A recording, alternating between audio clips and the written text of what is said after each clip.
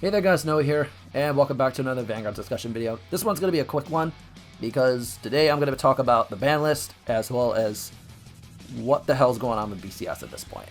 Because at the time of this recording, which is August 14th, they still haven't announced a large majority of the locations. Well, they did announce the locations for some of them, but they also still haven't released the schedule yet, in terms of which formats are going to be on which day and whatnot, and that's a little concerning considering that Toronto's in a couple weeks at the time of this recording, so I'm just like, huh? So let's just get into it, and it's time for me to give you guys my thoughts on the ban list as well. So let's start with the ban list real quick. For standard, they hit the GG Swirler hit, makes sense, but kind of too late at this point considering Gendiva and Willista are a thing. And then they did Ava Combine Rusher. Pretty much they transferred the Japanese list from like a couple months back, and now they're deciding to give it to the English side, and I'm just like, okay, why though? Like, it took you guys this long to do it. It makes no sense. But, at this point, it's just going to be Gendiva, Willista, and Minerva. If you don't pick those three, you're screwing up big time. And the results will most definitely show going into Toronto, and all the other BCSs following up.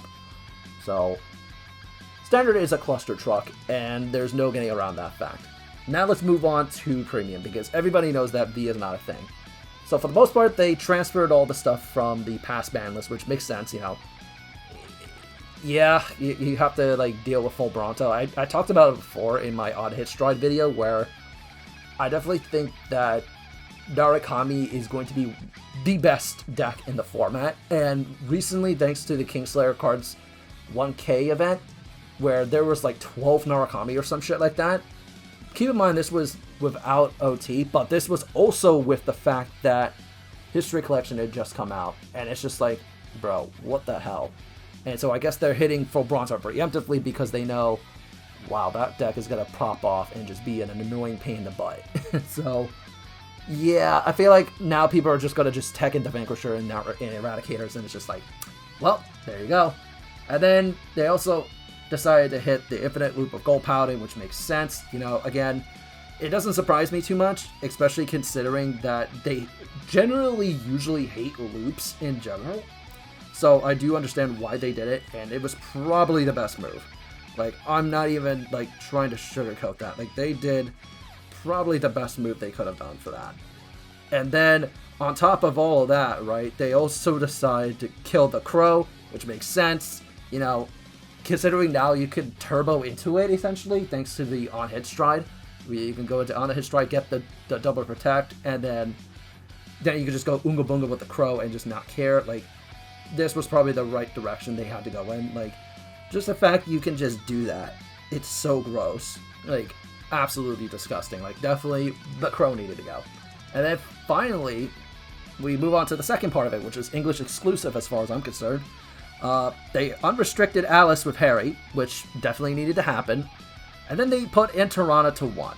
So with Harry and Alice in particular, it didn't necessarily matter too much, because, what was the point? Just so that way Chaos could have a somewhat better matchup, despite the fact that it's still tier 3, to me it never made sense for them to restrict them in the first place.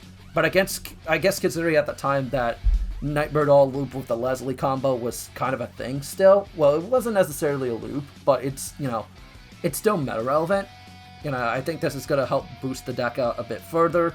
It also gives Harry more options going forward. So now the Harry decks with the on-hit strike, and now Tech and Alice with the Leslie combo, and you'll probably see some success with that as well. But I definitely think that Nightbird also is still going to be the best deck going into this BCS format between the two.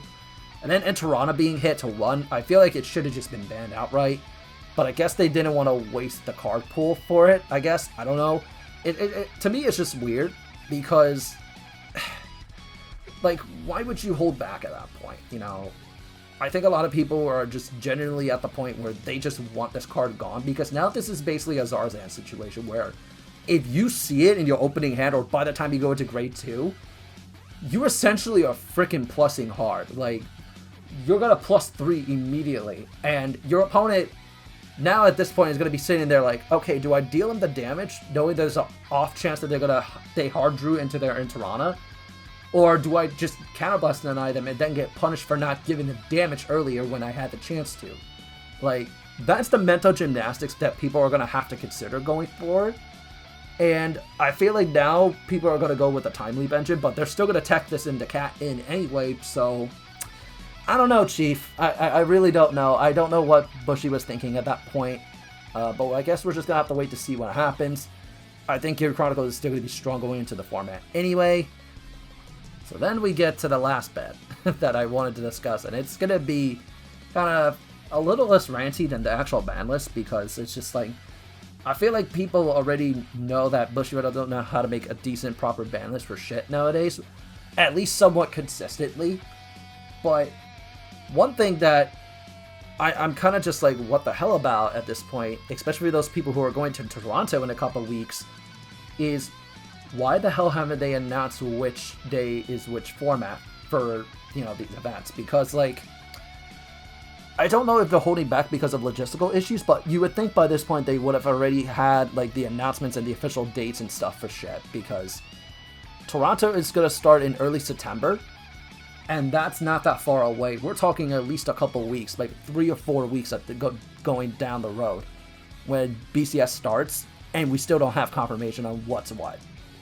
So I think that is a little problematic, especially for those people who are trying to, like, prep, especially for people who are prepping specifically for that event, because then they're having to sit there and essentially practice for 3 formats because they don't know what's what.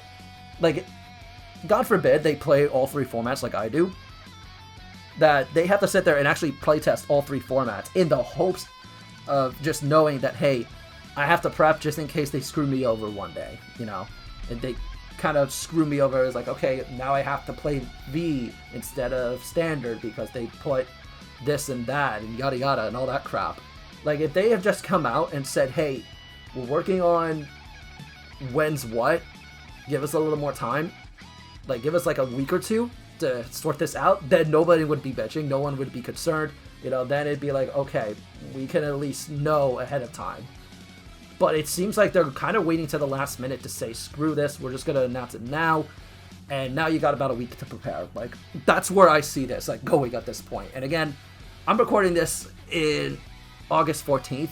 They could just very easily just do it now, like, within the next, like, day or 2. But, again, we're just going to wait to see what happens.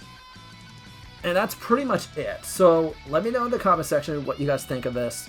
Do you think that they should have done a lot more? I definitely think they should have done a lot more, and you ready, guys? Because I can stay here and probably rant about Grade 4 for the next 20 minutes, but you guys already know my opinions on that card. Like, I absolutely despise it. I feel like they should have hit it in some way, shape, or form, because floodgates are never fun to deal with in this game, and like, it's just annoying. So let me know in the comment section what you guys think. What would you have personally hit if you were designing this ban list, whether it be for standard, V, or premium? Let me know in the comment section. Until next time, this is Noah, and I'll catch you guys later. Bye, everyone.